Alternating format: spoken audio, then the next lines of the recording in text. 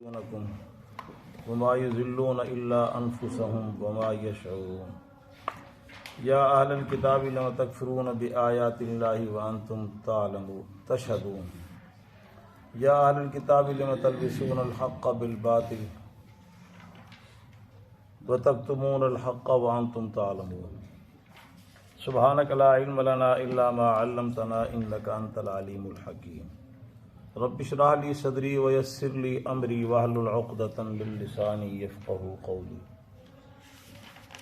رب زدني علما وارزقني فهما اللهم صل على سيدنا ومولانا محمد وعلى آل سيدنا ومولانا محمد وبارك وسلم عليه يا رب صل وسلم دائما ابدا على حبيبك خير الخلق كلهم هو الحبيب الذي ترجى شفاعته لكل حول من الأحوال مقتحم ما إن مدحت محمدا بمقالتي ولكن مدحت مقالتي بمحمدی ہزار بار بشویم دہن بمشک و گلاب ہنوز نام تو گفتن کمال بے ادبی وہ زمانے میں معزز سے مسلمان ہو کر ہم خوار ہوئے تاریخ قرآن ہو کر گر تمہیں خواہی مسلمان زیستن نیست ممکن جز بقرآن زیستن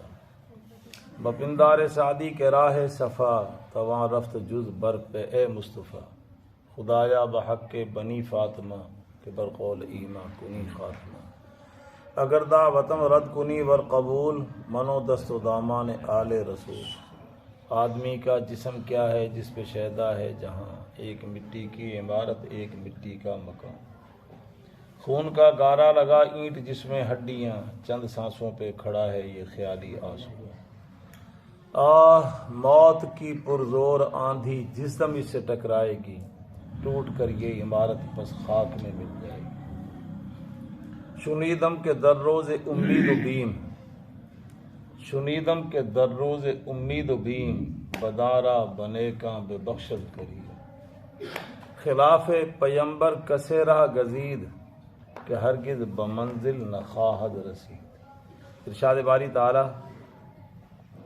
اور پسند کرتا ہے ایک گروہ اہل کتاب میں سے کاش وہ تمہیں گمراہ کرے نہیں وہ گمراہ کرتے مگر اپنے آپ کو مگر وہ اس کا ادراک نہیں کر پا رہے شعور نہیں اس کا انہیں حاصل شعور جانتے نہیں اہل کتاب تم کیوں انکار کرتے ہو اللہ کی آیات کا درا حالے کہ تم تو خود گواہ ہو اے اہل کتاب کیوں ملاتے ہو حق کو باطل کے ساتھ اور کیوں حق کو چھپاتے ہو درا حالے کہ تمہارے علم میں گزشتہ آیات میں 3 گروہوں نے ایک دعویٰ کیا اللہ نے اس کا رد فرمایا مشرکین مکہ کہتے تھے کہ ہم پیروکار ہیں سیدنا ابراہیم علیہ السلام کے گویا کہ ان کے مشن کے اس کی ملت کے ہم جانشین ان کا کہنا تو بالکل جھوٹا ہے ابراہیم علیہ السلام کی زندگی لبریز ہے توحید سے اور ان کی زندگی بھری پڑی ہے شرک سے بدعات سے خرافات سے بت پرستی سے ملت ابراہیمی والی بات ہی ان میں کوئی نہیں مشرکین مکہ اور یہود و نصارہ وہ دونوں اہل کتاب وہ کہہ رہے ہیں کہ ہم ابراہیم علیہ السلام کے پیروکار ہم ہیں مولانا آگے تشریف لیں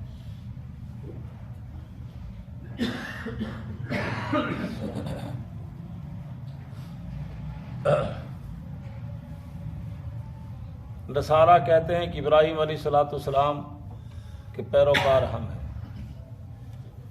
جبکہ یہ دونوں گروہ ابراہیم علیہ السلام کے بعد مارد وجود میں آئے ابراہیم علیہ السلام ان سے پہلے بہت پہلے گزر چکے ہیں تو فرمایا ابراہیم علیہ السلام کے زیادہ قریب وہ لوگ ہیں جو ان کی پیروی کریں پیروی کے اعتبار سے ملت ابراہیمی کے پیروکار ہیں امت محمدی علیہ السلام کے افراد اصل میں ملت ابراہیمی کے پیروکار صرف امام الانبیاء جناب محمد رسول اللہ کے کارکن ہیں، والذین آمنوا، اور وہ لوگ جو ایمان لائے، اور یہ نبی جناب محمد الرسول اللہ۔ تو فرمایا کہ اہل کتاب یہ چاہتے ہیں کہ وہ تمہیں گمراہ کر دیں۔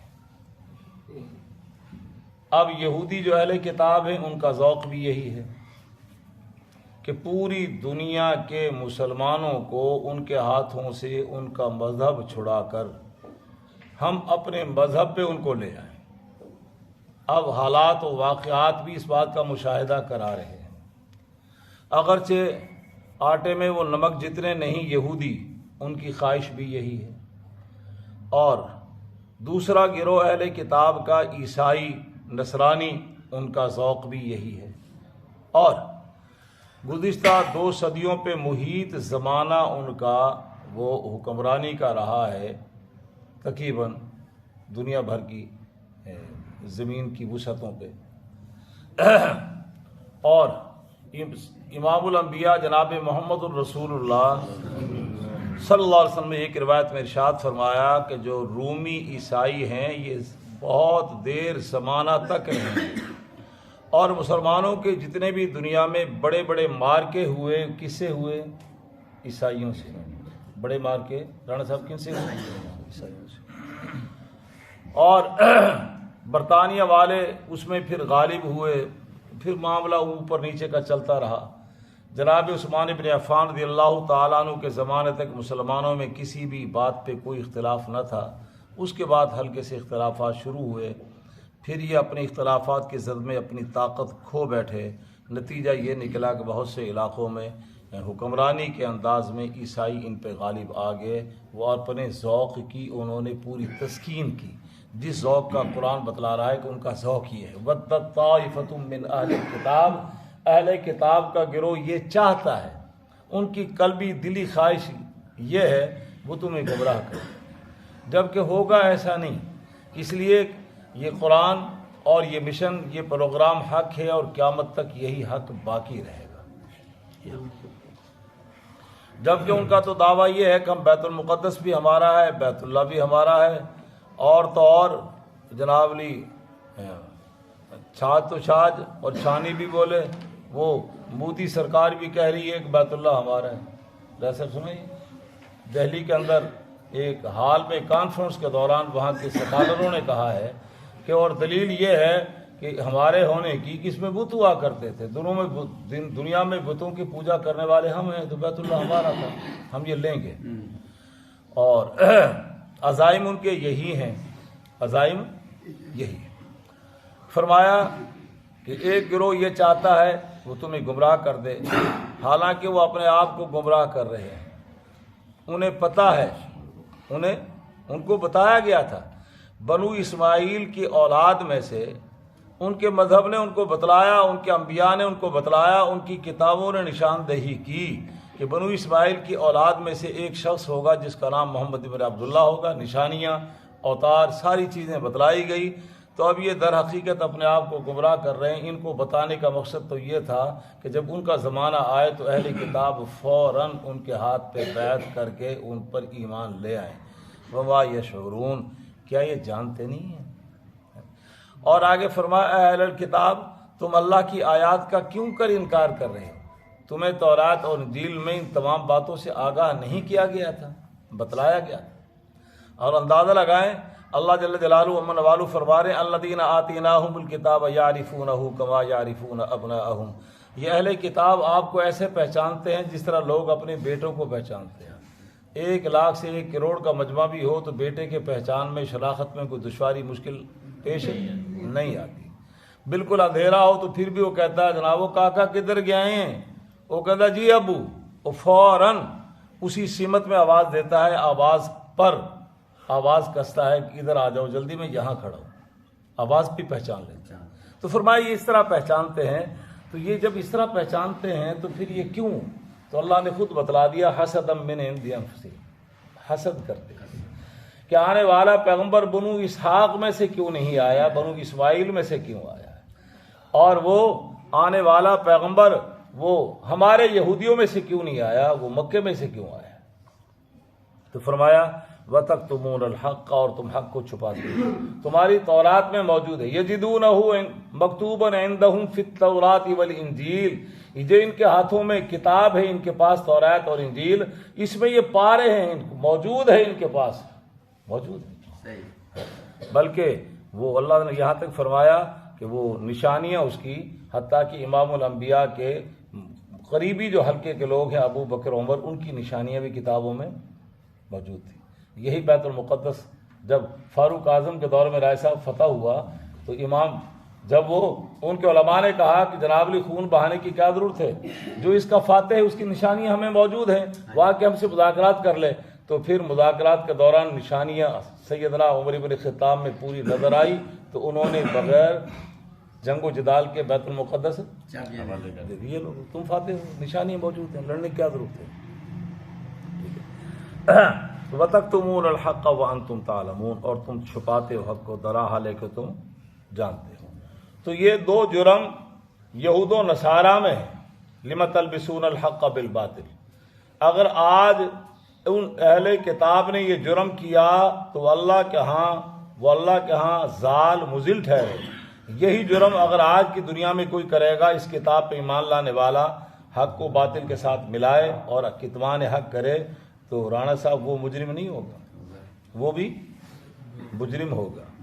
اب کیا ہو رہا ہے، کہیں جہاد کے اندر تعویلیں ہو رہی ہیں اور کہیں زکوٰۃ اس پہ پھبتیاں کسی جا رہی ہیں، وہ کہتے ہیں جناب یہ بھی ایک ٹیکس ہی لگ جائے، اور کہیں قربانی کے اوپر فلسفے جھاڑے جا رہے ہیں کہ سماجی کام پہ اتنا خرچ کر دیا جائے، کیا ضرورت ہے کتنے جانوروں کو ذبح کیا جائے۔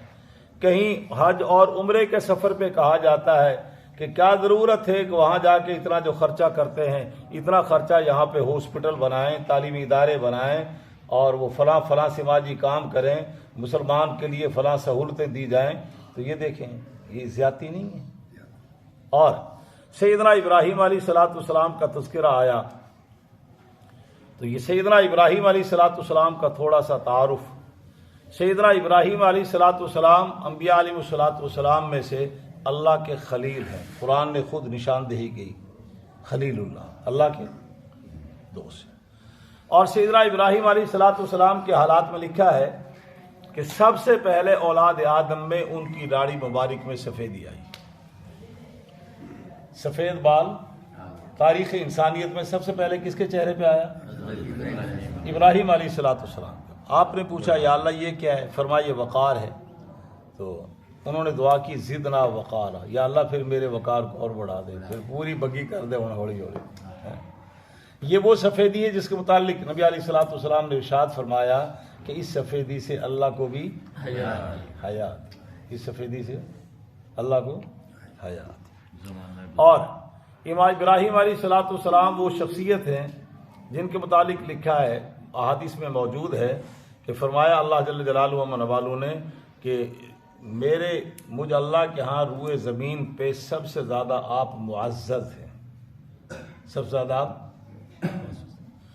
پھر اس ابراہیم خلیل اللہ کے ہاتھوں اللہ جل جلالہ و منوالہ نے بیت اللہ کی تعمیر کرائی۔ ہمارے ہاں عرف عام میں یہی ہے کہ شاید اس سے پہلے اس کا زمین پہ نقشہ وجود نہ تھا بیت اللہ کا، ایسا نہیں ہے۔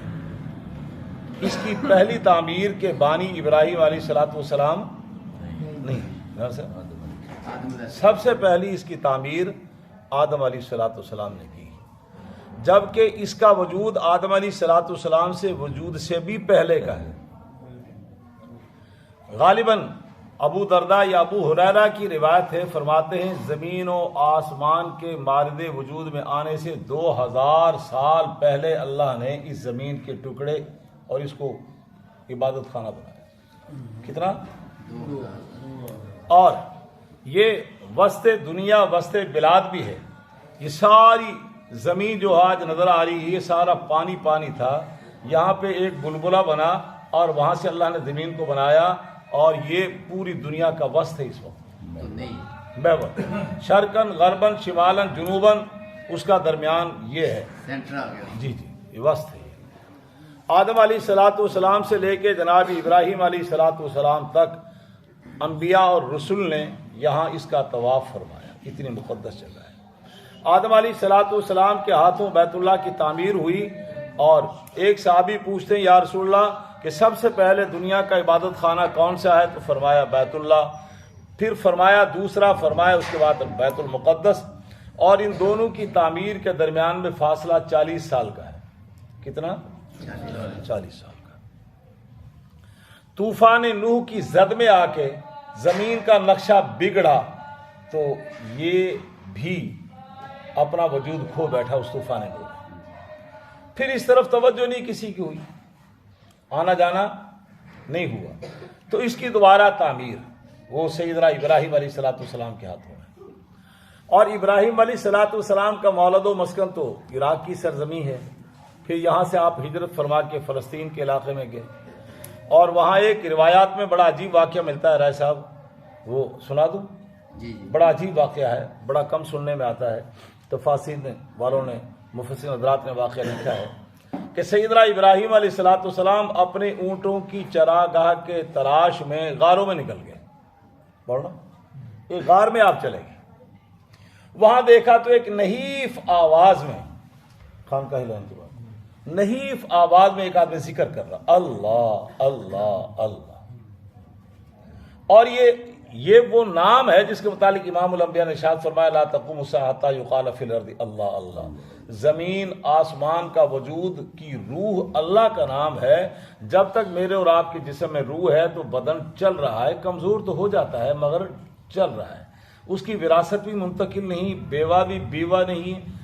تو ہمیں وہ جناب ریٹائرمنٹ ہو گیا، یہ سارے معاملات ہو گئے، ایوان صدر سے نکل آیا، جیب کو چھوڑ آیا، پرائم منسٹر چھوڑ آیا، مگر بیوی اس کی منقوہ ہے اور پراپرٹی کا وہ مالک ہے اور اس کے نظام چل رہا ہے، غمی خوشی وہ کمزور ہو گیا.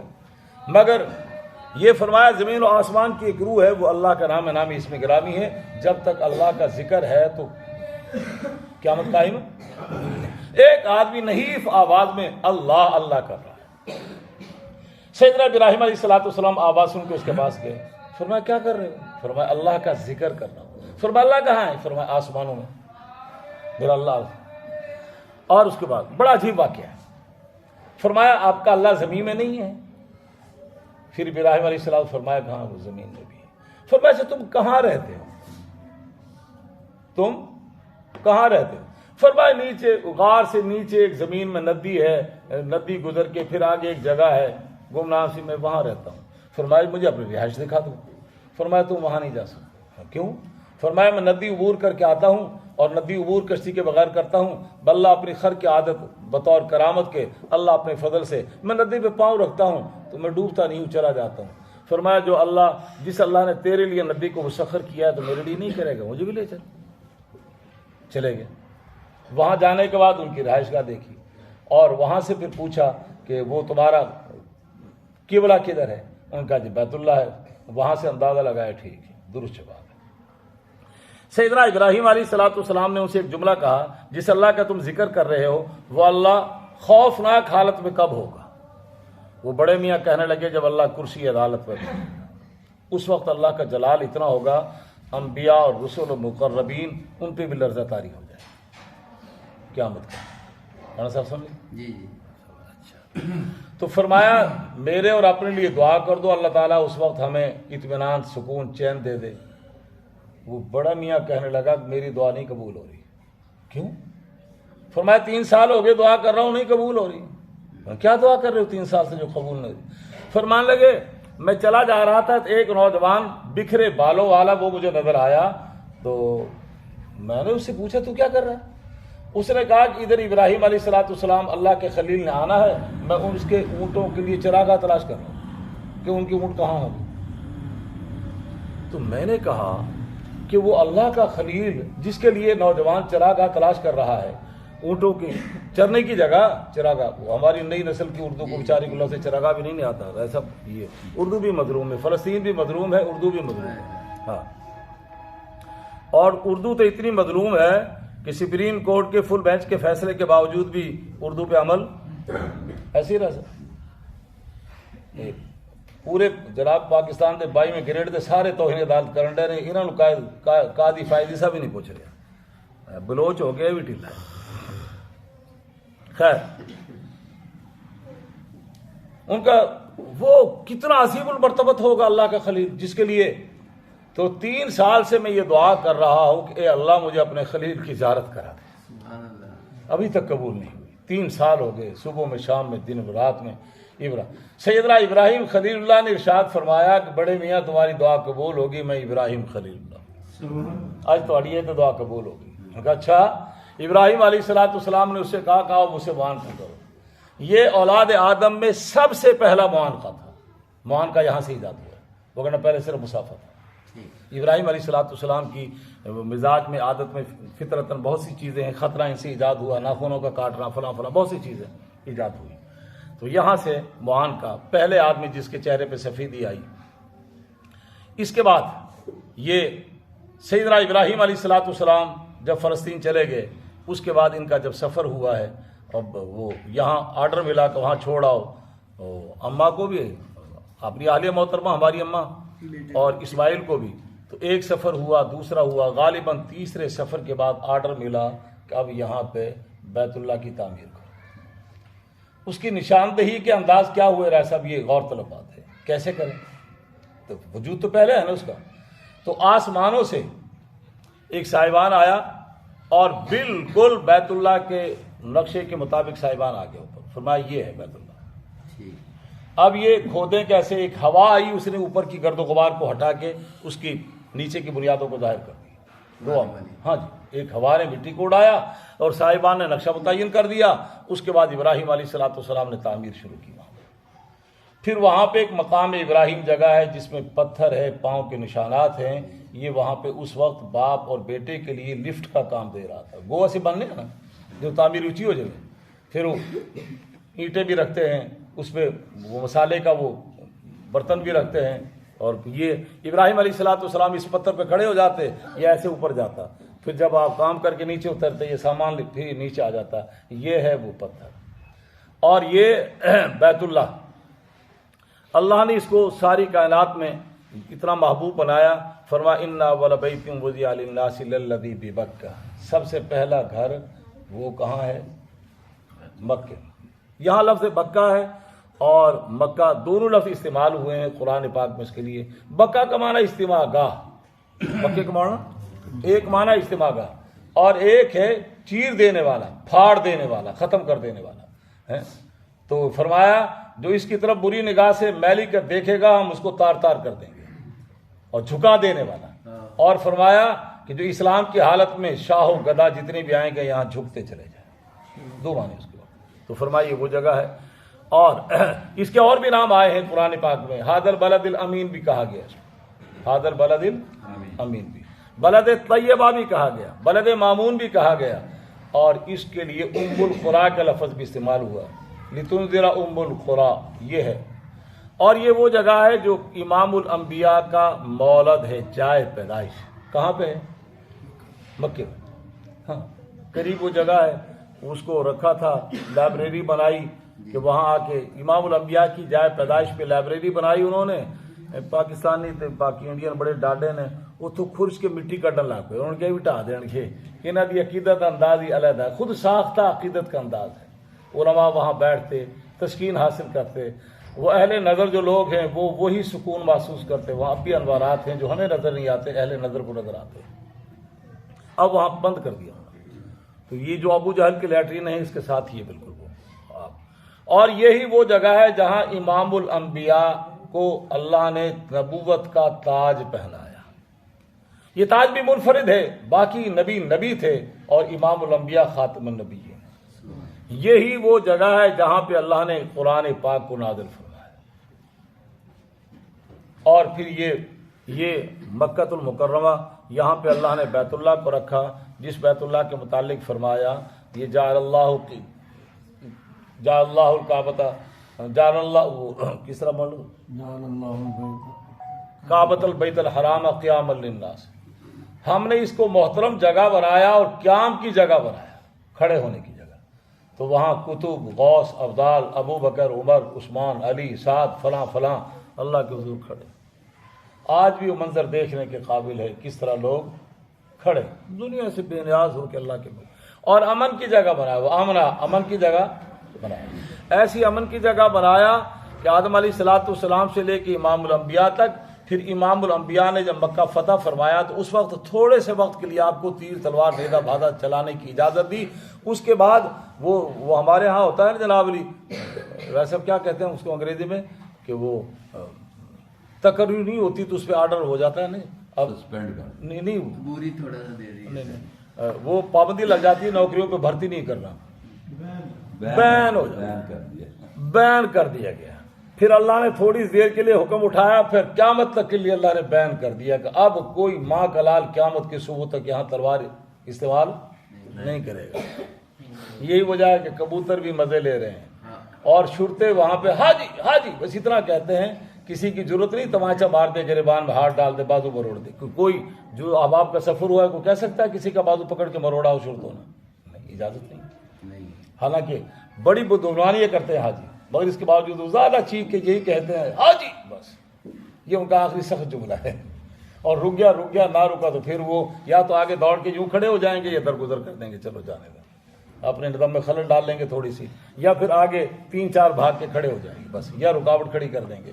ادروائز وہ دوسری سختی پنجاب پولیس والی ہے نہیں. خیر، تو امن کی جگہ بنایا. اور یہ وہ جگہ ہے اتنا مقدس بنایا کہ روئے زمین پہ جہاں نماز پڑھیں اکیلے جماعت سے مسجد میں 27 گنا، اور وہاں پہ اگر نماز کریں تو کتنی نماز کا ثواب ہے؟ 1 لاکھ. پھر اللہ نے یہ وسعت دے دی کہ پورے مکے کی جتنی مساجد ہیں، اگر ضعفاء بلڈنگ دور ہے، کوئی ایک آدھی نماز میں وہاں نہیں پہنچ پاتے تو وہاں محلے کی مسجد میں نماز پڑھ لیں، اس پر بھی 1 لاکھ کا ثواب ہے. اور فرمایا یہ وہ جگہ ہے کہ اس پہ 24 گھنٹے اللہ کی سب سے بڑی تجلیات کا مرکز ہے بیت اللہ. وہاں پہ 24 گھنٹے 120 رحمتوں کا نزول ہے. رن صاحب کتنی؟ 60 طواف کرنے والے کے لیے. 60 کس کے لیے؟ طواف کرنے والے کے لیے. اور 40 ذکر و فکر کرنے والے کے لیے، جو نفل پڑھ رہا ہے، جو تلاوت کر رہا ہے، جو سبحان اللہ الحمدللہ کہہ رہا ہے. اور وہاں پہ طواف کے دوران کوئی ذکر مختص نہیں ہے. ایسی میرے ناقص علم کے کہا سبحان اللہ والحمدللہ ربنا آتنا فی الدنیا، مستحب ہے رکن یمانی سے حجر اسود تک. باقی جو ذکر آپ کو آتا ہے بس اللہ کا نام لیں، بس اس کو یاد کریں، اور دل دیاں گلاں کرو، مانگو جو کچھ مانگنا ہے، بس اس کا ذکر کرو دیوانوں کی طرح. اور یہ وہ مقدس، اور 20 نیکیاں آئے تھے. 60 کتنی کس کے لیے؟ اور 40 کس کے لیے علی؟ ذکر فکر تلاوت، ذکر فکر نفل پڑھ رہے ان کے لیے 100 ہوگی. اور 20 اس کے لیے النظر الی کعبۃ اللہ، دیکھنے کی. آپ تلاوت کر کے تھک گئے، طواف کر کے تھک گئے، جی بھر کے دیکھیں کیا شان ہے تیرے اس گھر کی، ہیں کیا شان ہے جہاں پہ تیری تجلیات ہیں، کیا شان ہے اس گھر کی کہ آدم علیہ السلام سے لے کے امام الانبیاء نے بھی کہا لبیک اللہم لبیک. کتنی مقدس جگہ، جی بھر کی. ہم جی بھر کے جناب لی دیکھتے ہیں اپنے ایوان صدر کو، پنڈو جناب لی منڈے آندنے جی بھر کے دیکھتے ہیں جناب لی اتوں جناب چڑیا کارنو چلیے انہوں دیکھ کے آئیے. اے ویکھنا بھی جناب ایک نظارہ ہے، بیت اللہ کا دیکھنا بھی اپنا ایک مقام ہے. اور فرمایا جب آدمی طواف کے لیے قدم اٹھاتا ہے چکر لگانے کے لیے، تو اس ایک قدم پر 500 نیکیاں. کتنی؟ 500. جب نیچے رکھتا ہے تو 500 گناہ معاف ہوتے ہیں. یہ تو وہ روایت ہے جو میں نے پڑھی ہے. وہاں مولانا ایک مجھے مولوی صاحب ملے، بڑی عمر کے تھے، صاحب علم تھے.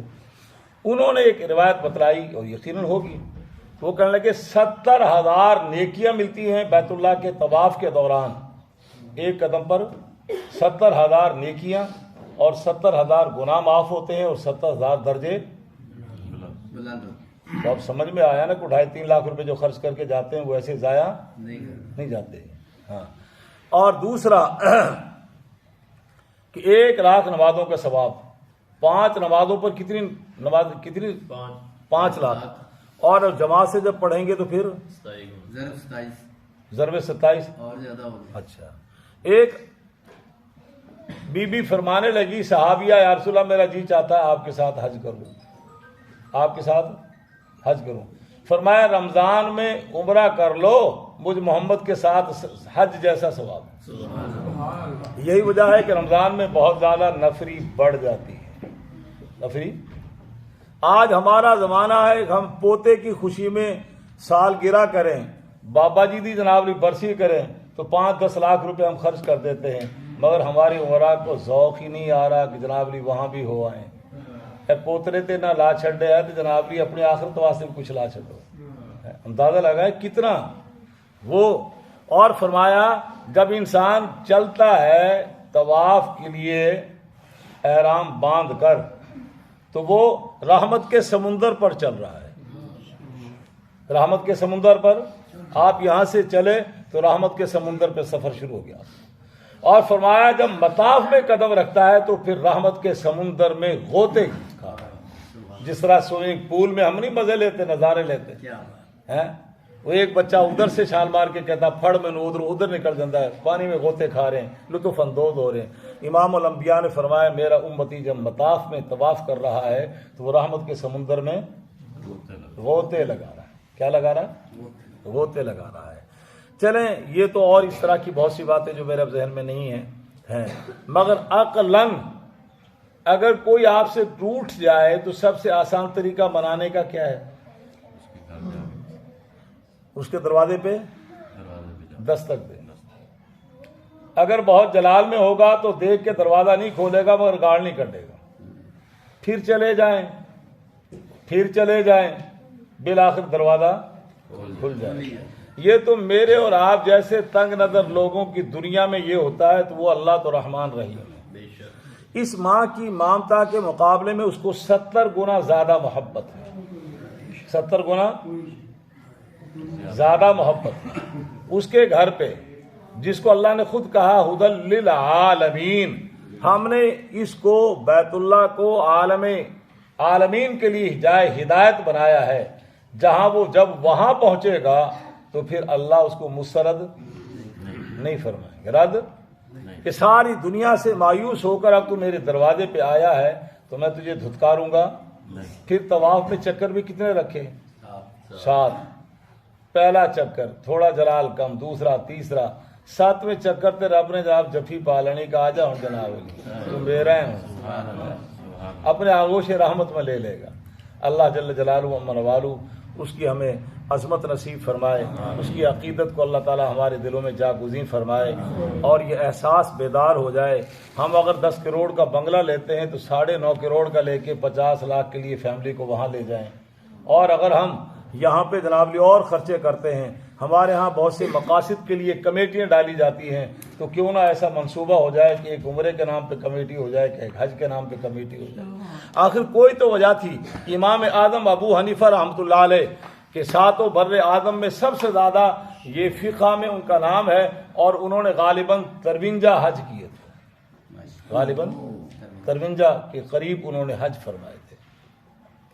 اور یہ عمرہ اس پہ اتنی سعادت, ایک روایت میں ارشاد فرمایا کہ حج اور عمرہ کرنے والے مجھ اللہ کے وفد کے لوگ ہیں. ہمارے ہاں جس کو کہتے ہیں نا ایسا ہماری کابینہ کے لوگ ہیں, ساری کونپری دے بندے ہیں. آج کل بھی کونپری کدھر ہے گی, یہ کونپری دے بندے پورے کٹھے نہیں ہو رہے. تو اللہ تعالیٰ فرما رہے ہیں کہ یہ میرے, اور ارشاد فرمایا کہ مجھ اللہ کے یہ وفد کے لوگ ہیں, یہ جو مجھ سے مانگیں گے میں وہ دے دوں گا, مغفرت مانگیں گے وہ بھی دے دوں. اور ایک روایت میں ارشاد فرمایا کہ عمرے کے لیے اور حج کے لیے جب بندہ احرام باندھ کے وہاں پہ داخل ہوتا ہے تو فرمایا میں اسے گناہوں سے ایسے صاف کر دیتا ہوں جیسے لوہے میں میل کچیل سمیت بھٹی میں ڈالا جائے, پھر باہر نکالا جائے تو سارا میل کچیل زنگ اس کا اتر جاتا ہے. تو فرمایا اسی طرح. اور اس کے علاوہ ایک اور انعام کا بھی اللہ نے ذکر فرمایا. میں اور آپ کہتے ہیں کہ جناب لی حالات ذرا تھوڑے سے وہ پستی کی طرف چلے گئے, پچھلے دنوں میں ایک مکان لے لیا, ایک گڈی لے لی, تھوڑے حالات تنگ ہو گئے. منڈے دی پچھلے دن شادی کی تھی ہے نا, تو 2 مہینے میں اٹھن جو کا نہیں رہا, کہتے ہیں نا بھی.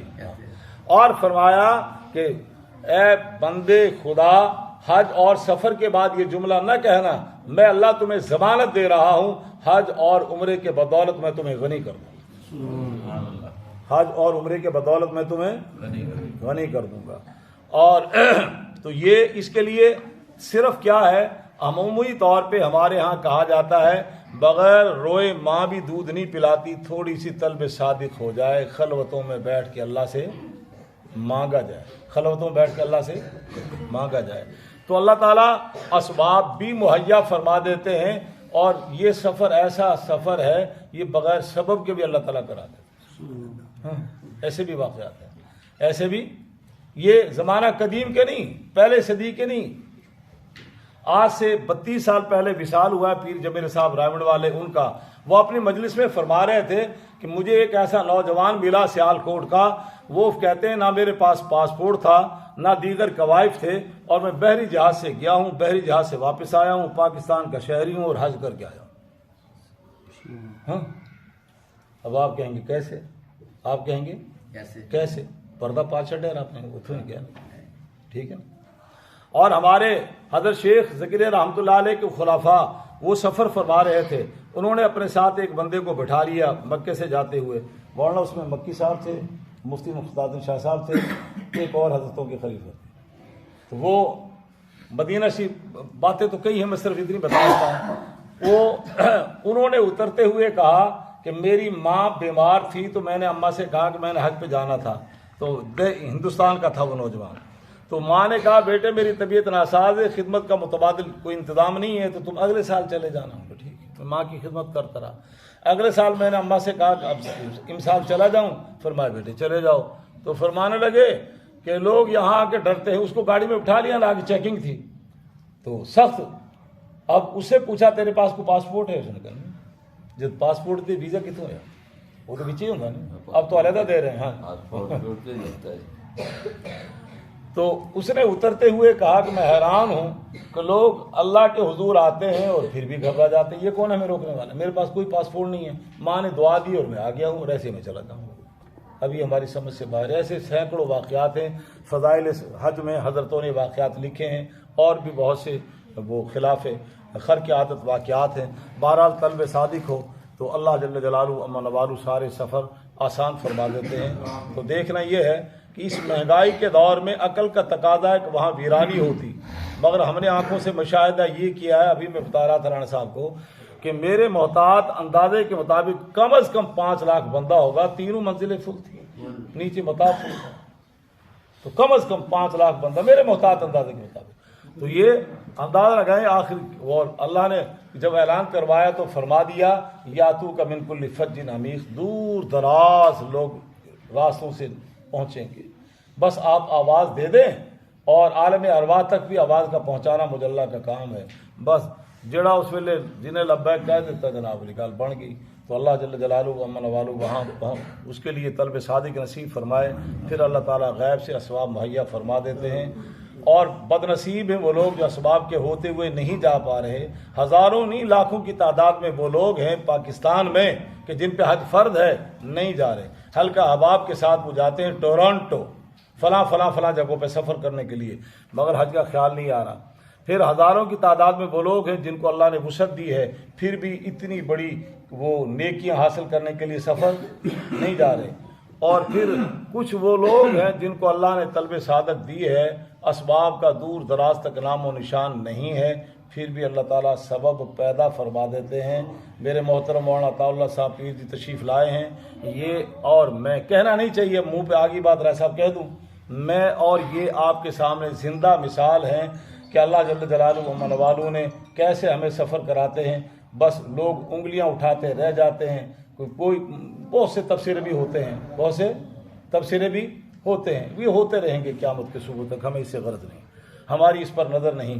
مولانا کو متعدد دفعہ اللہ نے وہ سفر کرائے، ایک دفعہ میرے ہاں مولانا تشریف لائے ہوئے تھے، یہاں لائبریری لیٹ کے میں نے آرام کرنا، میں چلا گیا سفر پہ، اچانک یہاں ان کو کراچی سے، مولانا ایسے ہی ہے، اچانک مولانا کو ایک دوست کا پیغام آیا، فون آیا کراچی سے، کہاں ہوں؟ کہ میں تو یہاں ہوں لاہور۔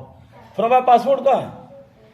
پاسپورٹ کہاں ہے؟ تو گھر پڑا ہے تو جلدی جناب اس کے فرنٹ پیج ہمیں جناب فیکس کرو، جلدی کرو۔ مولانا فرمان لگے جناب تواڈے حجر سے لیٹے ہیں جناب اللہ طرف بلاوا آ گیا تھے بڑی گل ہے میں ان کی حضرت یہ آپ کی اپنی قرابت ہے یہ تو آپ کی دعاؤں کے صدقے ہمیں بھی سفر ہو جائے گا. اب میں نہیں بتانا چاہتا کہ میرا 2 سفر ایسے ہوئے جن کو میں بالکل جانتا نہیں تھا, پھر ایک بندہ پھر کہاں سے اسباب بنے اور میرا حرم کا سفر ہوا. ابھی کورونا سے پہلے جو 2 سفر ہوئے جس دونوں کو میں نہیں جانتا, ایک لاہور کا رہنے والا تھا ایک پنڈی کا رہنے والا, اور ان کے بندے ملنے والے اچانک آئے اور وہیں پہ گفتگو شروع ہوئی, اور ایک بندے سے میں بعد میں ملا, وہی بندہ جس نے میرے لیے سفر کا انتظام کیا وہ مدینہ منورہ میں ود فیملی آ کے مجھ سے ملا. تو جناب آپ کا چہرے کو بھی نہیں دیکھا ہوا. تو یہ بہرحال یہ باتیں تو خیر ایسی باتیں جو بتانے کی نہیں ہیں, رائے صاحب کی محبت میں ہم نے ذکر کر دیا. تو کورونا سے پہلے مجھے 3 شخصوں نے کہا کہ حضرت آئندہ کا سفر آپ کا ہمارے دن میں ہے. کورونا ختم ہو گیا, سال گزر گیا, 2 گزر گئے, 3 گزر گئے. وہ گھر والوں سے میں نے کہا تو گھر والے کہنے لگا آپ ان سے جا کے کہیں. میں نے کہا میں کیوں کہوں, جس اللہ نے پہلے دل میں ڈالا تھا وہ آپ پہ توڑ پھڑ کے لے آئے گا, میں کیوں کہوں, میں نہیں کہنا, میں نے نہیں کہنا. اس طرح کے بہت سے واقعات ہیں. لاہور کی سرزمین کا ایک واقعہ ہے, مولانا کو جانتے ہیں, دونوں فوت ہو گئے. وہ حضرت صوفی سرور صاحب رحمۃ اللہ علیہ جامع شفیہ کے شیخ الحدیث ان کا مرید تھے. ان کو خواب میں نظر آیا امام الانبیاء جناب محمد الرسول.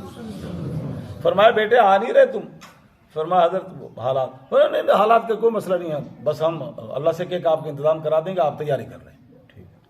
اور پھر کہا کہ ہم نے فلاں بندے سے کہہ دیا ہے وہ آپ کے اخراجات کا متحمل ہوگا اور آ جائیں سفر پہ آ جائیں. یہ خواب ہے امام الانبیاء. کان صاحب سن رہے؟ اس نے جا کے حضرتوں سے کہا جامع شفیہ کے شیخ الحدیث صوفی سرور صاحب رحمۃ اللہ علیہ کہ حضرت مجھے اپنے پیر صاحب سے کہ حضرت مجھے خواب نظر آیا ہے اور بشارت ہوئی ہے کہ میں فلاں سے ہم نے کہہ دیا وہ انتظام کرے گا, تو میں اسے جا کے کہہ دوں. فرمایا تو نے کیوں کہنا ہے, بیٹھ جا آرام سے, خبردار تم کیا تو اس کے بعد جب سرکار کی طرف سے انتظامات ہو رہے ہیں تو خود آرڈر ادھر ہو جائے گا, تم نے نہیں کہنا ہے. ایسا کوئی واقعہ جی. تو وہ اگلے 2 دن کے بعد وہ بندہ ملا, کہنے کو کیا حال ہے, خیریت ہے, طبیعت ٹھیک ہے یار. انہوں نے کہا یار کتنے دن ہو گیا آپ جناب لی عمرے تھی کوئی ترتیب نہیں بنی. انہوں نے کہا تمہیں پتا تھا میرے پر وسائل نہیں گئے. ان کے چھڑ پر ہے یار پاسپورٹ نہیں بنیا تو بنا, جب بنیا تو میں نے دے دے. وہ مسکرایا, انہوں نے کہا لین پہ ٹریک چڑھ گئی. اور اس نے پھر کہا کہ جناب یہ تو شیخ الحدیث صاحب رحمۃ اللہ نے فرما دیا تھا کہ تم نے نہیں کہنا, وہ خود چل کے آئے گا. وہ آیا اور ساتھ لے کے گیا. یہ بہرحال تو یہ میں وہ باتیں بتا رہا ہوں. واللہ ولی المؤمنین, اللہ دوست ہے مومن ہونا چاہیے. اس کا مطلب یہ نہیں کہ میں اور مولوی صاحب بھی مومن ہیں, ہم سب مومن ہیں. اللہ کی طرف متوجہ ہو جائے, اللہ کی طرف. ہاں بسا اوقات اسباب ہیں توجہ نہیں ہو رہی, جب اللہ سے مانگیں گے تو اسباب تو گھر پڑے. بس وقت اسباب نہیں ہے تو اللہ اسباب پیدا کر دیتا ہے, بس وقت اللہ تعالیٰ اسباب خود مہیا کر دیتا ہے. تو یہ اتنی فضائل میں نے اس لیے سنائے ہیں کہ یہ اس کی طلب ہونی چاہیے, اس کی تڑپ ہونی چاہیے. تو اللہ جل جلالہ و منوالہ جب ہم طلب پیدا کرتے ہیں تو اللہ قربانی کے انتظام کر دیتا ہے. طلب پیدا کرتے ہیں تو فلاں ضرورتیں, بچے اور بچیوں کی شادیاں مکانات سارے ہو جاتے ہیں. جب یہ بھی طلب ہوگی تو پھر اللہ تعالیٰ اس کے اسباب بھی مہیا فرما دیں گے. اللہ جل جلالہ و منوالہ وہ حرمین میں جتنے بھی اس وقت معتمرین ہیں اللہ ان کی دعائیں سب کے حق میں قبول فرمائے. جہاں تک میری ذمہ داری تھی میں نے الحمدللہ پوری دنیا کے مسلمانوں کے لیے دعائیں کی, آنسو بہا بہا کے. پھر خاص طور پہ شرکاء درس قرآن اور مسجد کے نمازیوں کے لیے. اور بس میں یہ بھی بتا دوں کہ جب بھی میں دعا کا اہتمام شروع کرتا سب سے پہلے رائے صاحب کی تصویر سامنے آتی. اور رانا صاحب آپ حیران ہوں گے, پھر میں کیمرہ یوں لگاتا ایسے. اب جن کے نام ذہن میں آتے وہ ٹھیک, جو چہرے آتے پھر آپ پہ جب کیمرہ پہنچا تو آپ کی تصویر کیمرے نے اٹھا لی, نام نہیں اٹھایا. مجھے نام بھول جاتے ہیں, یہ مرض ہے.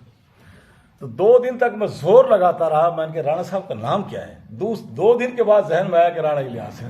میں بھی لگا رہا کہ جب تک نام ذہن میں نہیں آیا کہ میں چھڑنا نہیں. تو الحمدللہ جی, تو الحمدللہ دعائیں مانگی ہیں اور انشاءاللہ اللہ تعالیٰ قبول فرمائے, آسانیاں پیدا فرمائے, عافیت کے ساتھ اللہ سب کا جانا. وہاں کا با ادب اللہ وہاں کی حاضری, مگر وہاں کسی پہ لب کشائی نہ کرے, نہ خدام کو کچھ کہے, نہ وہاں کے رہنے والوں کو کچھ کہے, نہ انتظامیہ کو کچھ کہے, زبان پہ مہر لگا کے. بس وہاں کوئی غلطی بھی نظر آئے تو اس کو بھی حقارے سے نہ دیکھے. بڑی جگہ ہے, بڑی جگہ. پیر جمیل صاحب دہلوی رحمۃ اللہ علیہ فرمایا کرتے تھے, وہ عرب کو برا کہنے والوں, عرب کے پاس تو بیت اللہ ہے معافی مانگ لیں گے, عرب کے پاس تو روضہ رسول ہے معافی مانگ لے گا, تم برا کہہ کے تم کہاں جاؤ گے. ان کے پاس تو حتیم ہے, ان کے پاس تو ریاض الجنہ ہے, انہوں نے تو ویزا نہیں لگوانا, گاڑی میں بیٹھے دوڑ کے چلے گئے, معافی مانگ لی, تم کہاں جاؤ گے انہیں برا کہہ. ویسے بھی حدیث میں آتا ہے حب العرب بثلاثۃ اوجہ، عرب سے 3 وجوہ سے محبت کرو، لانی عربی، میں محمد عربی ہوں، میں محمد، والقرآن عربی، قرآن کی زبان میں ہے، ولسان اہل الجنت فی الجنت عربی، اور جنتیوں کی زبان بھی، تو فرمایا عرب سے محبت کیا، عرب سے اختلاف رائے اور چیز ہے، حقارت نفرت، کبھی بھی ان کو حقارت نفس ہے۔ رائے صاحب وہ کلام بھی سناتے ہیں جس میں حبشیوں کی تعریف فرمائی حضرت نفیس شاہ صاحب نے، اس لیے کہ وہ بڑی جگہ پہ ہیں، بڑی جگہ پہ، اس سے مقدس جگہ ہدل للعالمین، ہدل ہذا البلد الامین، امین شہر میں، لا اقسم بهذا البلد وانت حل بهذا البلد، میں شہر کی قسم اٹھا رہا ہوں یا اللہ اس شہر کی، کیوں؟ وانت حل بهذا البلد، اے میرے محبوب آپ اس شہر میں رہتے ہیں۔ نبی کا شہر کون سا ہے؟ ٹھیک ہے، ہماری جنم بھومی کے متعلق کوئی زبان کھولے تو ہم کتنی غصہ آتا ہے ہمیں۔ رائے صاحب نے ساری عمر یہاں گزار دی، اب یہ ساری سہولتیں میسر نہیں ہیں جو ان کے گاؤں میں، گاؤں کی کیا زندگی تھی، وہاں کوئی سہولت تھی، مگر آج بھی کوئی پنڈ نو گاڑ کڈے کہنے کے خراب پنڈ آنے تیری کڑی کٹی ہے، تو کیوں پوکھنڈ ہے میرے پنڈ کے خلاف، تیرا کی کیتا انہوں نے؟ تو اگر ہم مکے اور مدینے والوں کو ذرا بھی کہیں گے تو اللہ کے نبی نے جوہر صاحب کیا کہنا ہے، میرے مکے والے نے کچھ بگاڑیا سی تو میرے کو کی لینا ہے، نکل جائے تو میرے مکے نو گاڑا کرنا ہے، میرے مدینے نو برا کرنا ہے۔ یہاں کی ہر چیز سے ہمیں پیار ہو، جب کسی سے پیار ہو تو اس کے کتے سے بھی پیار ہوتا ہے، اس کی بلیوں سے بھی پیار ہوتا ہے، اس کے چوکیدار سے بھی پیار ہوتا ہے، آتے ہوئے انہوں جفی پا کے مل کے آنا کو بخشش دے کے آنا، کیوں؟ یہ جناب ساڑھے معذب بندے تھا جناب نہیں ہے کہ نہیں یہ؟ ہاں تعلق واسطہ اس کی حیا ہونی چاہیے، لہٰذا اللہ جل جلالہ و امن والو وہاں کے باسیوں ان کی خلاف لب کشائی سے ہمیں محفوظ فرمائے، اور وہاں کی ہر چیز کو محبت عقیدے سے ہمیں دیکھنے کی توفیق نصیب فرمائے۔